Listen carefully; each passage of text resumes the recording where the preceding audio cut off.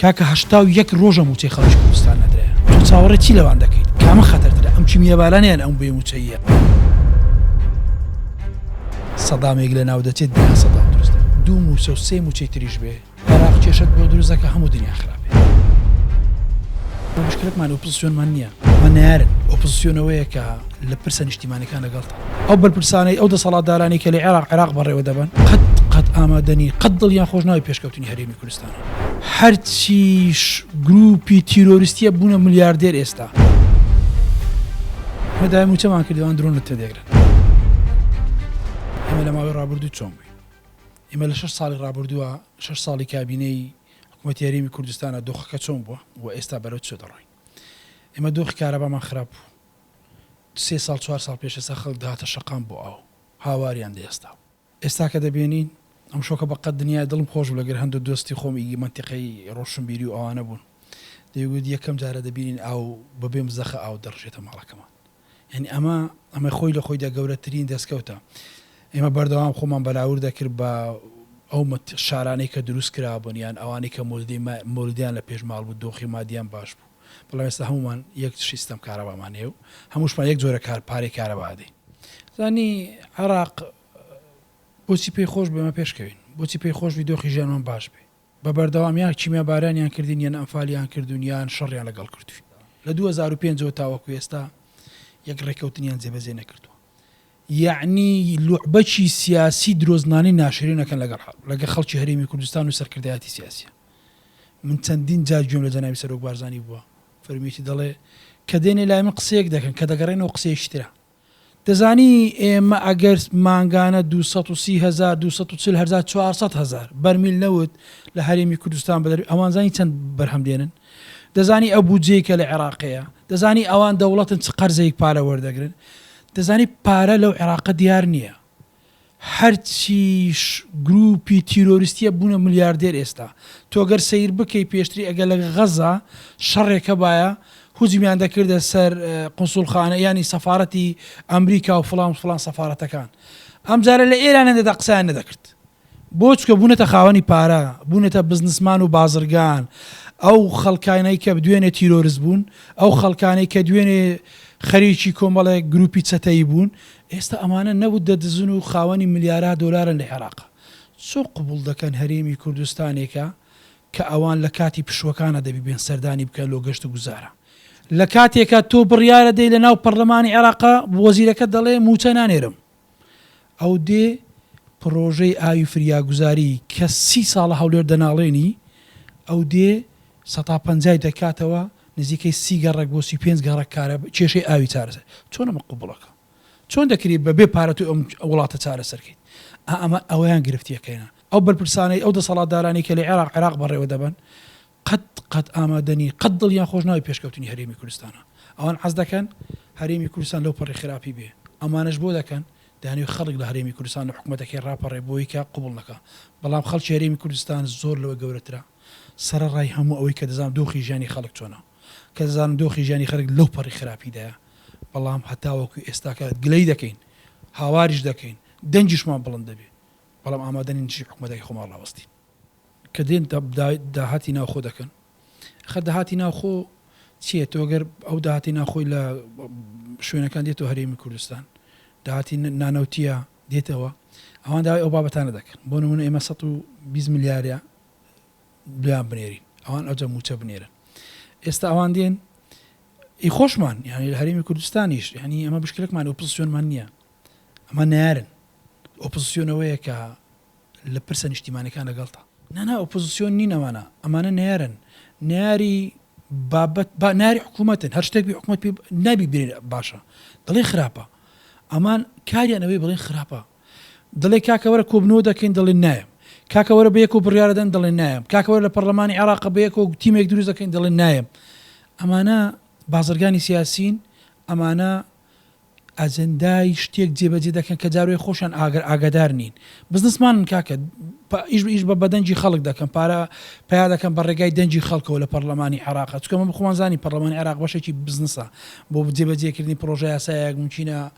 دایان ئەندام پەرلەمانمان جێمان لێ بووە دەکردرێ و دەفرۆشرێ بابەتی موچە بابەتێکی ئانیە بابەتی خۆگوزەرانی بابەتێکی ئانیە، بەڵام ستراتیژی ئاو بەندا و کشت و کاڵ گەشت و گوزار چارەسەرکردنی ئەو کێشە کەڵەکە بوانەی کە لە ڕابردوو دەتا ئەو کوێستا ماوەتەوە ئەمە خۆی بە پێویستی بەسەرۆ وەزیرانێک بوو کە دڵسۆزانە بێکاری بکە وە کاک مەسرۆش کردی 2 موسە و 3 موچەی تریش بێ عێراق کێشت بۆ دروستەکە هەموو دنیا خراپێ. ئەم ڕێکەوتنە ڕێکەوتنێکی کاتیە لەگەڵ ئێمە. عێراق ئێمەی ناوێ، عێراق ئێمە دەردەکە، بەڵام ئێمە نازانی چۆن مامەڵەگە عێراقا بکەین. دڵنیا بەلەوەی لە ریفراندۆم چۆن خەڵگیانی ئێمە دەنگماندا دەنگ بەس دەنگماندا ئێمە سەر بە خۆیمان دێ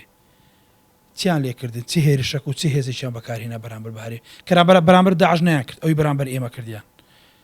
چکە ئەوان بەرامبەر داعشکان بەڵام ئەوان هاتن بەرامبەر ئێمە چی هێز هەبوو هینیانە منتیقا. ئێستا دوو ڕێگامان لەبەردەمە، یان ڕێککەوتنێکی کۆنکرێتی کە یەک ڕێگا ئەویش دەتوانانی جێبەجێ کە ئەمریکایە، ئەمریکا دەبێ ئەم دۆخە چارەسەرکە، یانەوەتە شەڕێکی گەورەمان لە پێش دەبێ کە شەڕێکی بەڕاستی ئەم جارە شەڕ یەکلای کەر و بابەت دەبێ چونکە عێراق دوور و نزیک شەڕی لێت دەوێ، شەڕەکەش خۆی نییە و داواکاری ینی بریکاری وڵاتێکە دێ لەگەڵ تۆ شەڕەکە. بۆیە ئەو دۆخێکی ئێستا هەیە نەوتی هەرێمی کوردستان ڕادەست دەکەی ڕازی نین، داهات دە 50 ملیارە و دەکەی 120 میلیار ڕازی نین، هەرچی دەکەی ڕازی نین. ئێمە بەیەکەوە دانە نیشین ئەم دۆخی هەرێمی کوردستانی شتێکەچی چونکە بەڕێککەوتن و بێت پێکەوە بوون دەتوانانی زۆرش چارەسەرکەی. ینی ئێمە ئێستا لە قۆناغێکداین ممکنە خەڵکە سیاسیەکان حەز بە ئەوانی تر